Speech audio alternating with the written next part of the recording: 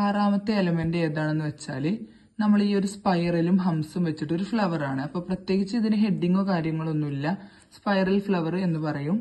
അപ്പൊ അതിനായിട്ട് നമ്മൾ നല്ല വൃത്തിയായിട്ട് ചുറ്റുകളുള്ള ഒരു സ്പൈറൽ വരക്കുക.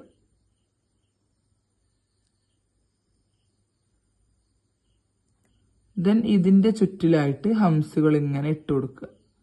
നേരത്തെ നമ്മൾ ലൈനിലാണ് ഹംസ് കൊടുത്തത്, ലൈനിലല്ല ഇങ്ങനെയും കൂടുതലായിട്ടും കാണാറുണ്ട്.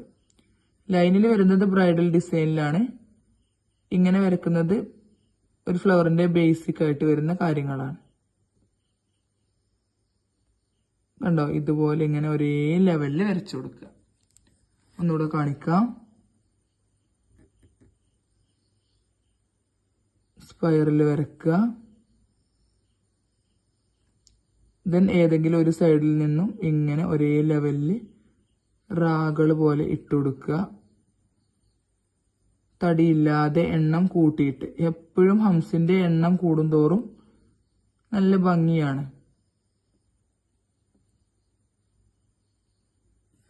ഓക്കെ, ഇനി ഇത് ട്രിക്കോട് കൂടി വരക്കുന്നത് കാണിക്കാം. ആദ്യം ഒരു സ്പൈറൽ വരക്കാം.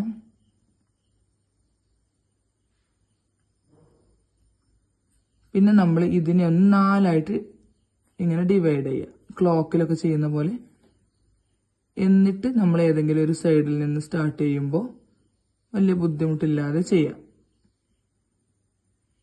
കണ്ടോ, അപ്പോൾ എവിടെയും കൂടുതലായിട്ടും കുറഞ്ഞതായിട്ടും തോന്നൂല.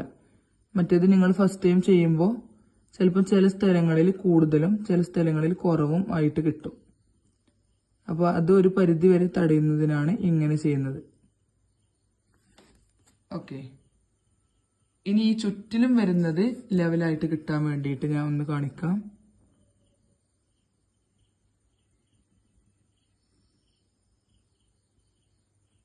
ജസ്റ്റ് ഇത്ര രീതിയിൽ ജസ്റ്റ് ഒന്ന് മാർക്ക് ചെയ്യാം. ഞാൻ ഇപ്പോൾ കാണാൻ വേണ്ടിയിട്ട് കുറച്ച് കട്ടിയിൽ തന്നെ വരക്കുന്നുണ്ട്. കണ്ടോ, എന്നിട്ട് 4 ഡിവൈഡ് ചെയ്യാം, ഇങ്ങനെ ഒരു സർക്കിൾ വരച്ചതിന് ശേഷം. ദെൻ നിങ്ങൾക്ക് ലെവലായിട്ട് ഹംസ് വരക്കാം.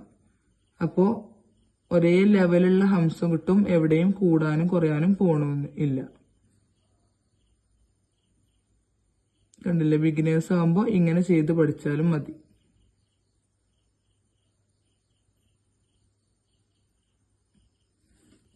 ഓക്കെ.